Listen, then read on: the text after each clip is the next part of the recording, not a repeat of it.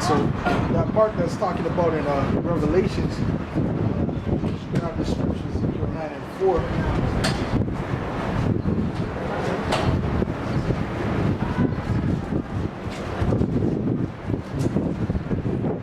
Ezekiel 9 and 4. But before I do that, I'm going to read Revelation, that first part again. Alright? It's Revelation 7, verse 1. And after these things, matter of fact, I'll start at verse 2. And I saw another angel ascending from the east, having the seal of the living power. And he cried with a loud voice to the four angels to whom it was given to hurt the earth and the sea, saying, hurt not the earth and the earth, neither the sea, nor the trees, till we have sealed the servants of our power in their foreheads. All right? So now I'm going to go to Ezekiel 9 and 4, where the Heavenly Father commanded them to do that, to seal the servants. All right? It's Ezekiel 9 verse 4. And the Lord said unto him, go through the midst of the city, through the midst of Jerusalem,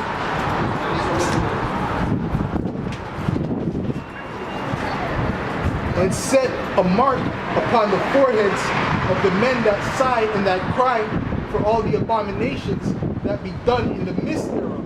Alright? And we're the ones that are sighing and crying for all the abominations that are done in the midst thereof, man. Just like Lot was doing, man. Alright? It said it vexed Lot with the filthy conversation of the wicked, man.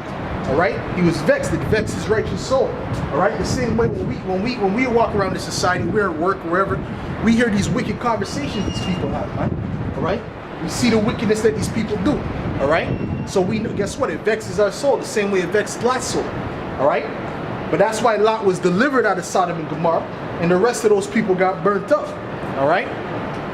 We're in the stead of Lot. Okay? Get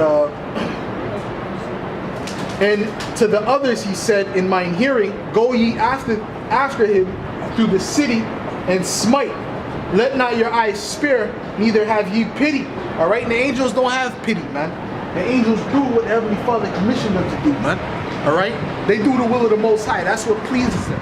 That's what makes them happy. Alright? So whatever the Most High tells them to do, that's what they're going to do. Alright? The Most High told them to go out and kill whichever people that don't want to get right with this word. Alright? Don't get right with the Heavenly Father. And that's what they're going to do. Okay? That's exactly what they're going to do.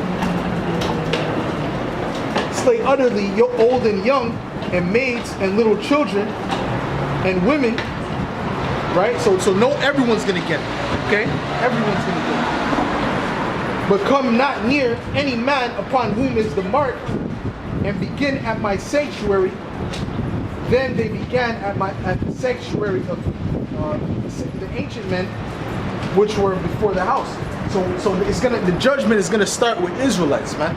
All right. So the ones that ain't right, guess what? The Most High is going to get you either by wild beasts, either by the famine, all right? Either by somebody killing you, all right? Either by the nuclear missiles, all right? You're going to get it either way. The Most High is going to have the judgment prepared for you, okay? So there ain't no way you can escape that, man, all right? But the elect, guess what? It's all going to be brushed off. The elect is not going to be touched, all right? We're going to be chilling, Lord willing, we'll be of that number, man, all right? We're going to be chilling. All right, because the Most High promised that, man, and he's not a man that he should lie. If you're faithful to him, he's going to be faithful to you, man. It's as simple as that. All right? Let me continue with, let's read this part of Revelation 7 again. Revelation 7, verse 4. And I heard the number of them which were sealed, and there were sealed 144,000 of all the tribes of the children of Israel. All right? And when you see that word children, it mostly says son, okay? It says bun in the Hebrew, which means son, okay? There ain't no real word for the children in the Hebrew, okay? It's either a son or a daughter, all right?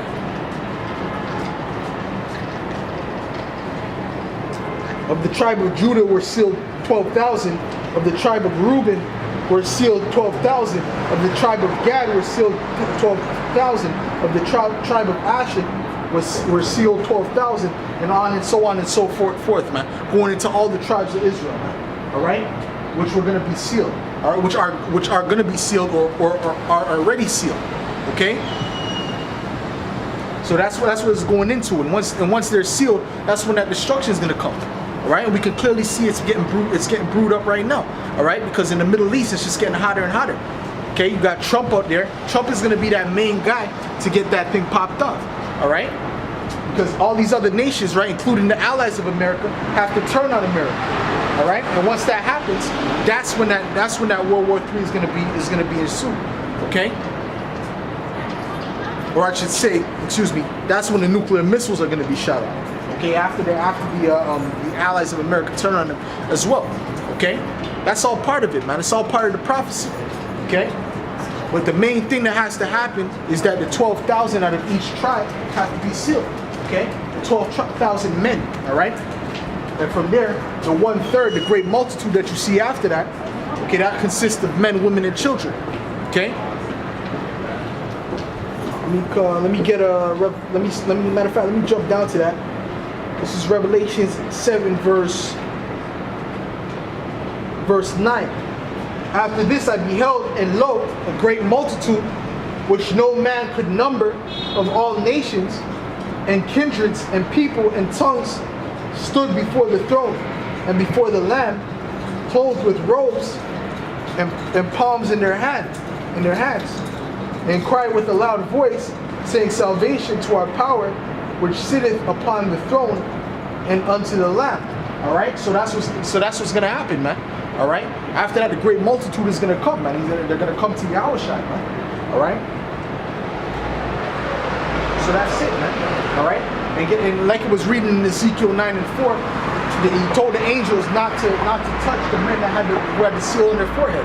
Okay, so the elect is not gonna be touched. All right.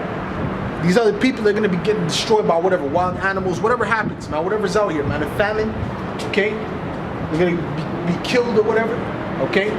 But guess what? The elect is just going to be maneuvering through society like Denzel Washington in the Book of Eli, okay? Because he was just maneuvering, man, all right? And when you look into that movie, he was actually blind, okay?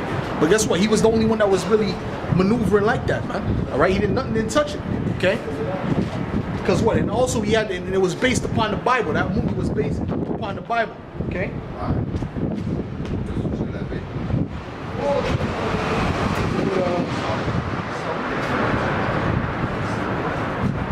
We get Isaiah 4. Isaiah the 4th chapter. Actually, it's Isaiah 32. I should get Isaiah 32.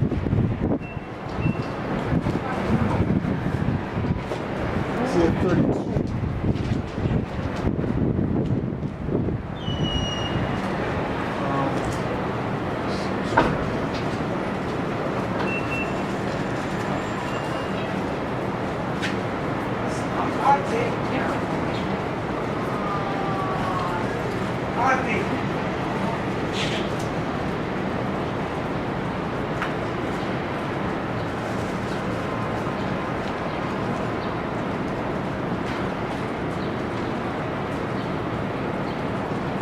This is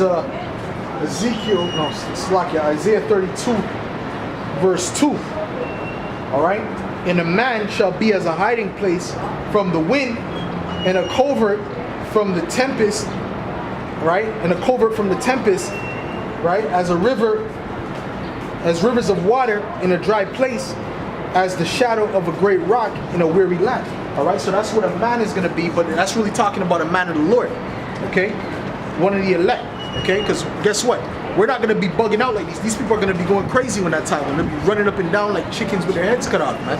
Not knowing, screaming, all right? Not knowing what's going on, man. Okay? But we're going to be maneuvering, and we're just going to be stable, man. Okay? With the wisdom and knowledge, man. We know why it's happening. We know what to do, all right? Through the Spirit, okay? So guess what? All these people are going to see men like us. And guess what? Especially the women, they're going to run to us, man. They're going to try and get with us, man. Okay? In that time. All right, because the wind and the wind represents destruction. All right, when you read wind in the scriptures, that represents destruction. So in order to take away that destruction or to hide themselves from that destruction, they're gonna have to be with a man of the Lord. That's how it's gonna be. Okay? And if they're not with a man of the Lord, they're out there. They're finished, man.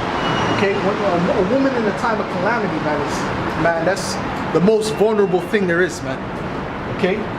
You know, and she can't use her feminine wiles to get by in that day, man. Because guess what? Men are just gonna take it, man. All right, in the time of calamity, the time like what's going on in Venezuela right now, men are just taking it, man. They ain't gotta take you on no date, man. All right,